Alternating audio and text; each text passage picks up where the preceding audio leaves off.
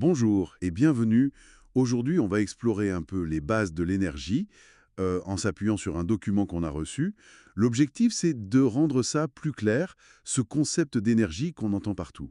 Alors, tout simple pour commencer, l'énergie, c'est quoi exactement? Bonjour. Alors, pour faire simple, et le texte le dit bien, l'énergie, c'est la capacité d'un système à faire un travail.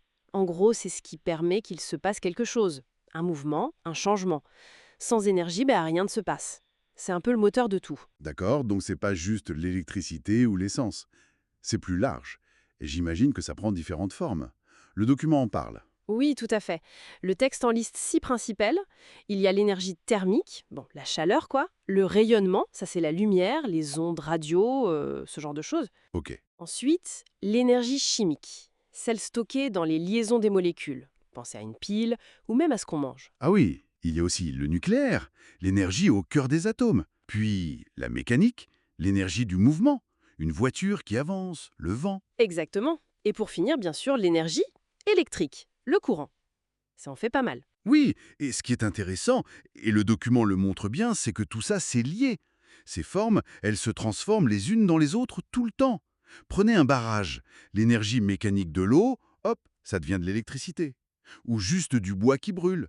L'énergie chimique devient chaleur et lumière, donc thermique et rayonnement. Intéressant cette idée de conversion constante. Et pour mesurer tout ça, pour s'y retrouver, le document parle de joule et de water. Pourquoi deux unités? Bonne question. Alors, le joule, le J, c'est l'unité officielle scientifique du système international, la référence. Mais c'est vrai que pour l'électricité, le chauffage, on utilise plutôt le water, WH, et surtout le kilowatt-heure, qu'on voit sur les factures. Ah oui, le kilowattheure, ça part. Voilà.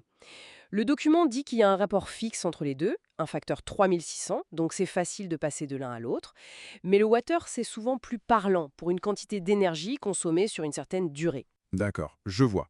Un autre point soulevé dans le texte, et qui est parfois un peu flou, c'est la différence entre transformation et transfert d'énergie. Oui, c'est une distinction vraiment clé. La transformation ou conversion, c'est quand l'énergie change de forme.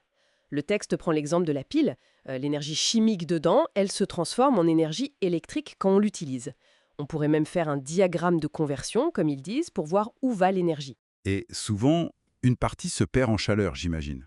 Tout à fait, c'est souvent le cas. C'est une transformation aussi, mais pas celle qu'on voulait au départ. Ok. Et le transfert, alors, c'est quoi la différence? Le transfert, c'est plus simple en un sens. L'énergie, elle bouge, elle passe d'un objet à un autre ou d'un endroit à un autre, mais elle garde la même forme. L'exemple du texte, c'est le radiateur.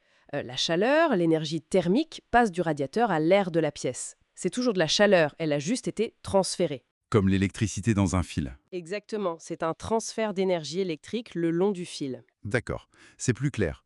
Transformation, ça change de nature. Transfert, ça change de place. Comprendre ça, ça doit être super important pour analyser n'importe quel système énergétique, non? Une voiture, une maison. Ah bah oui, c'est fondamental. Pour suivre où va l'énergie, comment elle est utilisée, où sont les pertes. C'est la base de toute analyse d'efficacité, comme le souligne bien le document. Sans ça, on a du mal à optimiser quoi que ce soit. Bon, alors si on essaye de résumer ce qu'on retient de cette lecture. L'énergie, c'est la capacité de faire quelque chose, de produire un travail. Elle a au moins 6 grandes formes.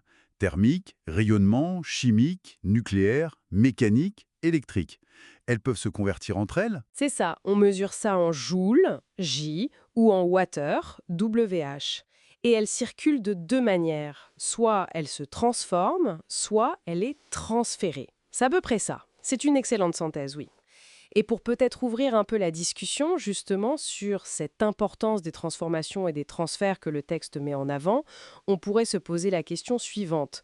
Puisque cette énergie, elle n'arrête pas de bouger, de changer de forme, est-ce que le vrai défi, ce n'est pas de réussir à suivre très précisément ces chemins, ces conversions pour vraiment comprendre où on est efficace et surtout où on gaspille de l'énergie, parfois sans même s'en rendre compte? Une bonne question pour réfléchir en effet. Merci pour cet éclairage. Avec plaisir.